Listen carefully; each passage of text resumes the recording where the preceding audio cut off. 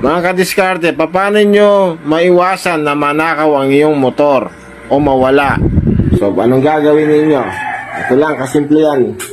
So, gagawin lang po ninyo is maghanap kayo ng paglalak dito sa may kadena. Yan, yan. So, gagawin natin, ito, meron tayong lock.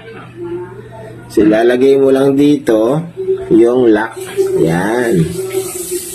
Para hindi manakaw yung motorsiklo. So, mas bumili ka ng medyo mas malaki dito. Total, maluwag naman yung kadena. Oh. Depende sa butas ng yung kadena. Yan. So, isang tip yan, mga kadiskarte, kung paano maiwasan, manakaw yung motor mo. O, ganun po lang kasimple. O, dito nyo ilagay yung padlock na malaki. Dito.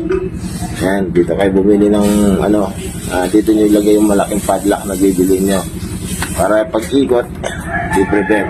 So, yung mga magnanakaw na yan, hindi naman may dalang kaagad yan bolt cutter Yan ang kalaban mo dyan kung may bolt cutter sila.